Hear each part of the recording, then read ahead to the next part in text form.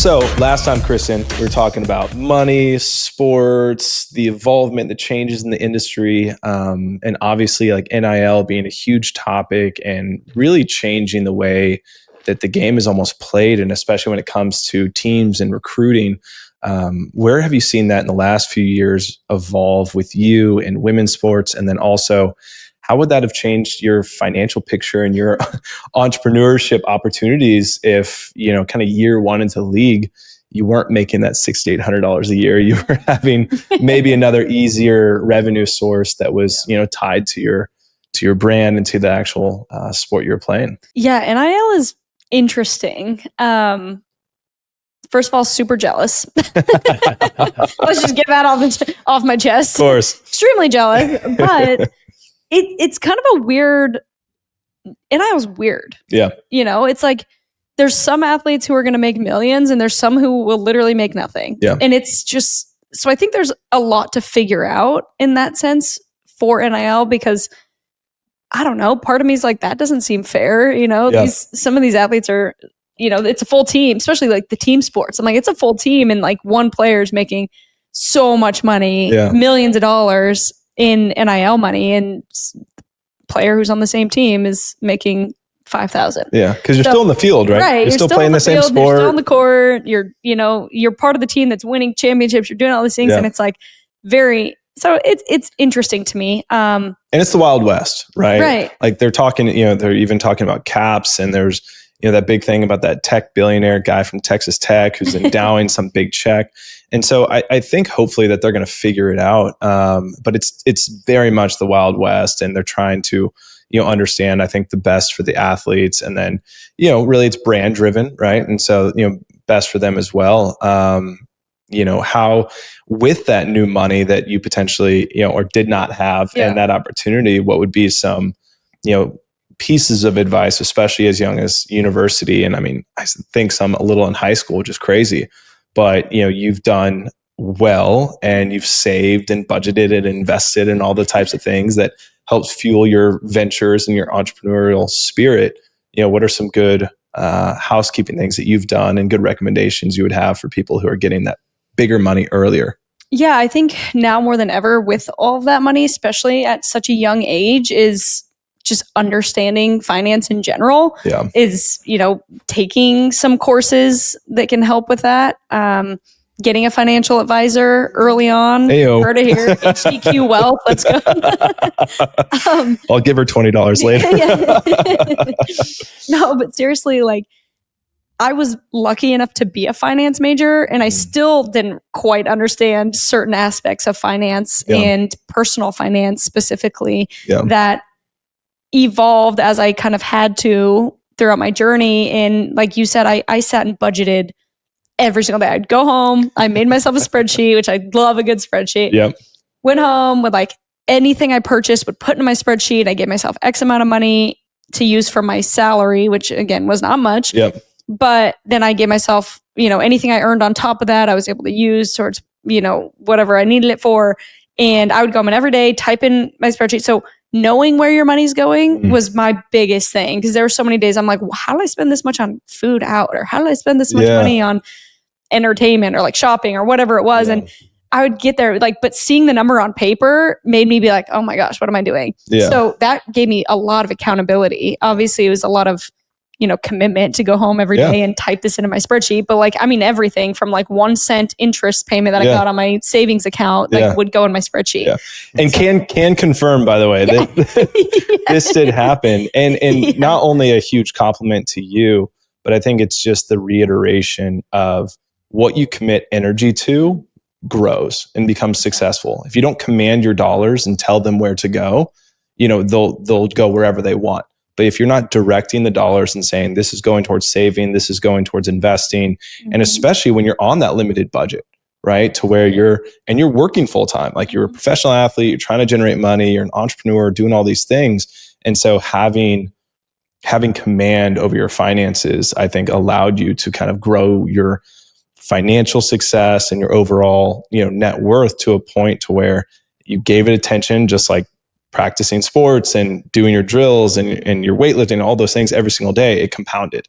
Oh yeah. And yeah, no, I think that 100%. And that would kind of to drop back to, my advice for people is understanding personal finance just on a basic level, understanding investing on a basic level, and understanding how compound interest works and the power of it. And the power of it, 100%. So I think just really take it seriously early on, because I didn't even really start my budgeting until maybe a year or two in to be like, wow, what am I doing? How am I doing this? Sure. So if I'd started even a little bit earlier, would have helped just that much more. But it was just it took me that long to kind of learn. But if you're doing this and you have access to all of these NIL deals, all of this money in college, like you need to know what you're doing with it, or you need to hire somebody who knows what they're doing with it. And then you still probably should know what's going on. Yeah. So yeah, that'd be my big advice. And it would have changed my life drastically had I had access to, even a couple thousand more dollars a year, so I would be in a different financial position. Maybe I wouldn't be as entrepreneurial because I wouldn't have had to be. So, pros and cons of it all, who knows? But yeah, definitely budgeting. At one point you mentioned I have my house in Denver that's a rental property. It was probably 5 years into my career that I looked at my savings and was home in Denver. And I was like, wait a sec, I can actually have enough for a down payment. And like, that was a huge win for me at that point on that salary to be able to afford a home and to be able to invest and do these things. So, and that house alone has generated so much income for me. Yeah. And appreciation. And that's probably my best investment to date. So, those years of dedication and budgeting and being disciplined in my financial journey allowed me to do that, and now has enabled me to, get to where I'm at now. Well, and the funny thing is, and I had a conversation about this last week, is it is not about how much you make. It's about how much you keep and you take home, and then what you do with those dollars. Mm-hmm. We all know, or you can see on TV, people who make millions of dollars, athletes, entertainers who have very public incomes and are completely broke. So it's not about generating the income. And your first salary that you shared, $6,800 a year, a few years later was able to buy a second home as an investment property. So I think that there's probably a general good amount of people who make more than $7,000 a year. I hope. I hope, right? Who don't have that opportunity to make those types of investments. But it was the discipline. It was the commitment to it. And that's where it changes, right? To where you can't just rely on, generating more income. Like you have to manage the spending.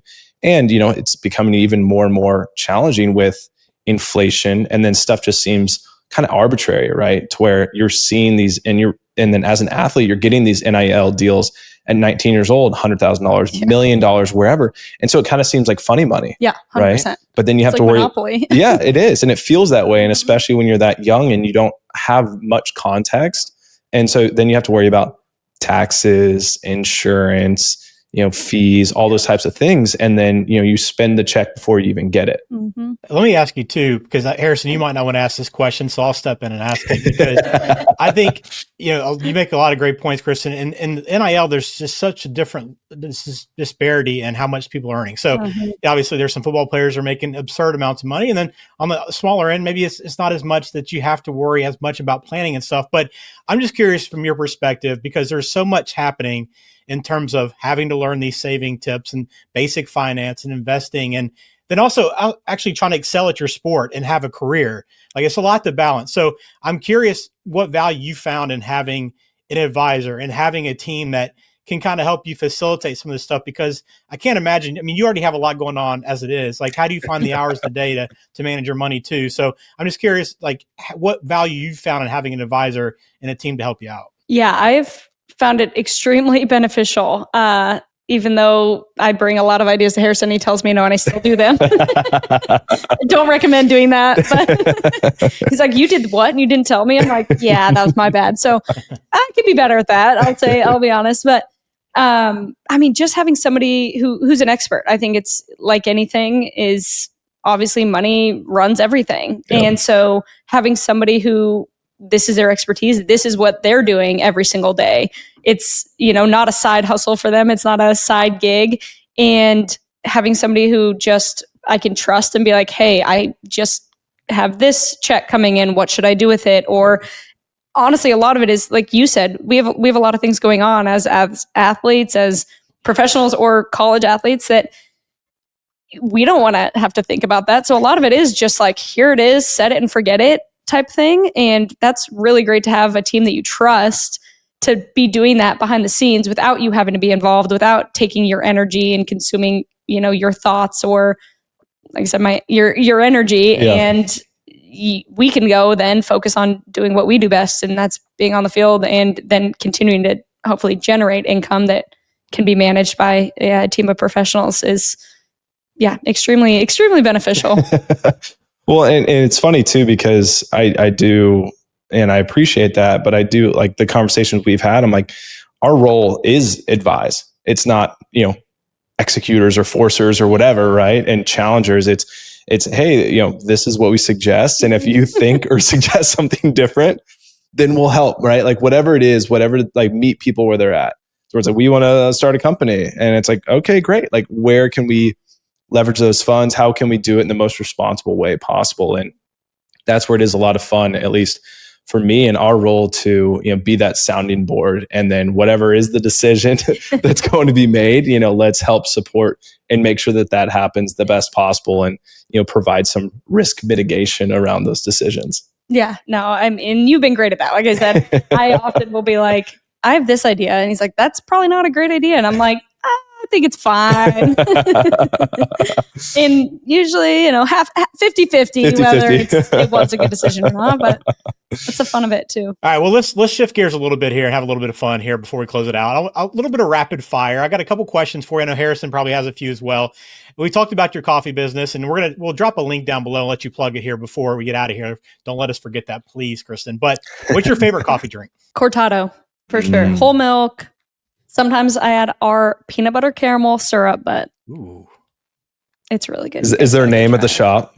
Like, is it called the Kristen or something? No, it should be though. The I'll put it on there. I'll Fred take notes.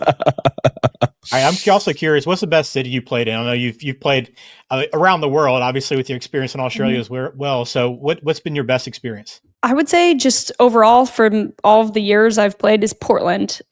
Consistently sells out 25,000, 30,000 fans a game. Chants the whole game. I always said that was the one place I always felt like a professional. Love that. Now it's gotten better. And obviously KC, but I can't say Kansas City, right? A little too biased there. Right. And then for me, obviously, got to talk a little finance. What is something that you swear by when it comes to your personal finances? And obviously, we've had the pleasure of working together, but for you, from your daily, and then looking forward to having more success on your personal finances, what's a habit that you're like, I totally swear by this, and would force everyone else to do this if you could? Budgeting. Just budget. And knowing where your money is going. 100%. I'm like, just put it into a spreadsheet while you're at it. Just do it. Well, a link below for Kristen. Yeah. $5 a download. She's not an entrepreneur at all. Awesome. Well, hey, thank you so much for coming. I know we've got a little bit of exciting news that's happening with you, and you never sit still long. You're always doing many things. Do we have something to share on a little bit what's next for Kristen's venture, or what you got in the hopper? Yeah. So opportunity came across my desk to actually be a sports agent. So cool. Yeah, I'm really excited about it. Thank you. Yeah, I'm very excited about it. It's something that my Nana actually told me I should be doing right out of college. She's like, go to law school, go be an agent. There's no female agents. Like, what are you doing? You need to go do this. And I was like, I'm not going to law school, Nana. I'm not doing it.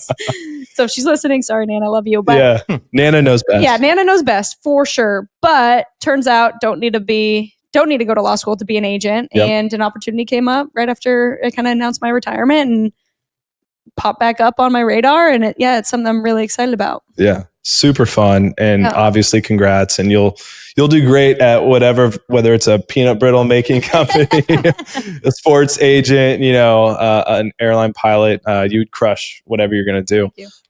What is something that you're really excited to bring your past experience in league, past experience with different ventures, and obviously being a financially minded and successful person, how are you hoping to change the game a little bit on the, agent scope, and then kind of instill that to players, and then maybe more specifically like female athletes and women in sports? Yeah, I think that, there's a lot to that, so I'll try to keep it short. I think the biggest thing is, number one, there's not a lot of women in the industry, sure, just in general. Most of the players that I talk to on a daily basis, their agents are men, and they've never played in this league. So I think right there is a competitive advantage and a unique advantage that I can bring to the space, is just knowledge of it. You can call a GM and ask how a player's doing, and this guy's going to be like, oh yeah, cool, they said it's going great. And the player's like, what are they talking about? I have a real, like, tangible experience in the space to be like, well, what's really going on, or what's really happening, or like see the tactics, see how things work from the inside. Yeah, and a true insider perspective. Right, 100%. And I'm really excited to be able to bring that to the space. And honestly, a lot of it too is female athletes and women athletes get almost no sponsorship money. There's billions of dollars in it, and we get less than 1% of that money. Wild. Across all women's sports. Yeah. So I'm really excited to dive in and focus a lot on that aspect. Obviously, I'm excited to represent players and get them the contracts they deserve. Yeah. But I'm really excited to focus and leverage a lot of the contacts I've created through making Pitchside, through starting this business, through my real estate business, and being able to use those and leverage those to help my players supplement their income. Because the reality is we still don't make millions. Yeah. We're still just barely breaking six figures. The average in the NWSL is still only $60,000. Yeah. And so I'm really excited to be able to use my experience, my knowledge, my connections to help women, female athletes grow their wealth in a totally different way than I've been able to help them before. Yeah.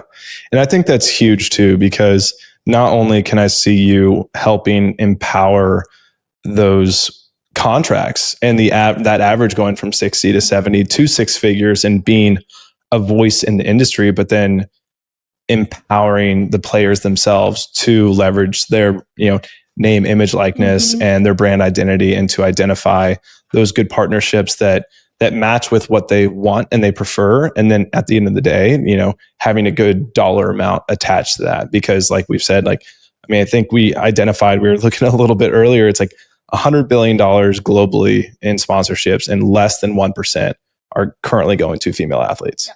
That's insane. And into a point earlier made was like, it is shifting, it is changing. And there is more investment in women's sports. There's more interest to be invested in women's sports, because people are now seeing that it's not just a charity. Yeah. It is a smart business move. Yeah. And you're seeing teams now in the NWSL, and Atlanta just got picked to be a team in the NWSL, $165 million buy-in. Yeah. When Seattle sold maybe 3 years ago for like 3-point-some million. Yeah. So crazy. There's huge growth. There's huge valuations now in these NWSL clubs. And there is money to be made if people are willing to invest and do it right. So I'm excited to help kind of bridge that gap. Yeah. And like you said, get players to generate wealth on their own using their own brand image and all of the above. Yeah. I'm excited. Yeah. It's and that's the fun part too. It's like, it's not that it's just trending and heading in the right direction, which it is. And it's awesome to witness, even being based in Kansas City and seeing the KC Current grow like a wildfire. Like, it's crazy. It's super fun.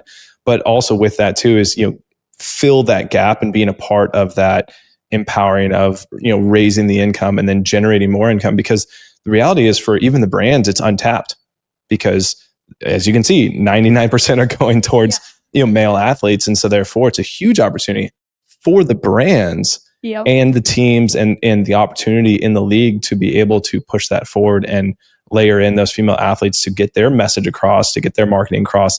And you're identifying a completely different subsect of people, because it's new eyes, it's new people there overall. Yeah, no, I think exactly. I mean, you said it great, but I think that even like I've kind of touched on growing Pitchside. Yeah. So many sponsors, so many companies, so many businesses are actually willing to put money in. They're willing to help, quote unquote help. They're willing to invest in women's sports. And I mean, we said, hey, we're 6 players from the Kansas City Current and we're starting a coffee shop. what can you help us out with? Yeah. And so many companies, I'll give some shout outs here. We had Simonelli, we had Yeti, we had Espresso Parts, we had Chiato, we had all of these companies who are like, here's some equipment, here's some, like, let us help give you equipment for your cafe. Sure. Let us give you some, all of your barista tools. Let us help, here's Yeti containers for all of your stuff. And here's our content. Like, people are willing to invest in it. Yeah. It's just, I feel like there's a disconnect in the connection between the player and the brands. Yeah. And so I'm really excited to try to, again, leverage the brands I've already connected with, but I'm fine cold calling people. I'm fine being like, you're interested in, an Ocean Spray juice deal? Let me call Ocean Spray up. I don't know where I'll find the contact, but I'll find it. So I'm really excited to do that, because I do think brands sometimes maybe feel like they don't know where to go to then be able to invest in women or female athletes either. So I feel like there's, just like I said, there's that disconnect there.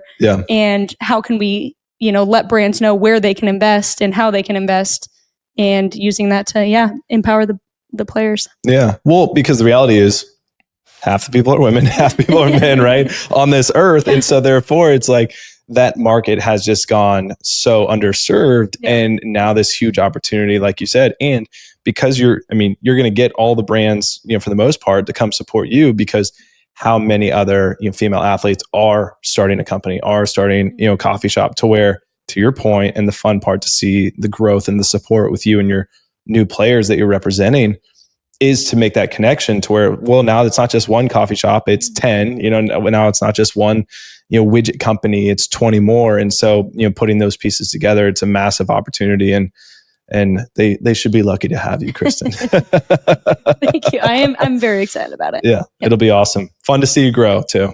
Yeah. Really cool to hear your story, Kristen. Thanks for sharing it with us. And I told you, we have to let you plug. I don't know if you have anything that we can follow or check up on the agent side, but please, with your businesses, anything that you want people to know about and connect with you on. Yeah, the agent stuff will come. I'll announce that officially in the coming months. But Pitchside Coffee, can find us down in the crossroads right off of 18th and Grand here in Kansas City. You can find us online at pitchsidekc.com, and you can also find us on Instagram at Pitchside Coffee. Awesome. Check it out. We'll also drop that in the show notes as well, the description. So please be sure to support Kristen and all the players involved in that. I know it's been really cool to hear your story, and excited to see what that next chapter. I know it's kind of ongoing. I guess it's not really chapters. It's just one huge book that you're putting together at once, but really cool to hear that. And Harrison, cool to hear your perspective on everything and the relationship you have with Kristen. So please subscribe to the channel as well if you haven't already. We appreciate your support here on the Wealthy Life podcast. And Harrison, any final thoughts before we get out of here? Just thanks for coming. Appreciate you being the first guest. I know there's some other people coming, but big shoes to fill. So thanks for making an impact. Yeah, no, thank you.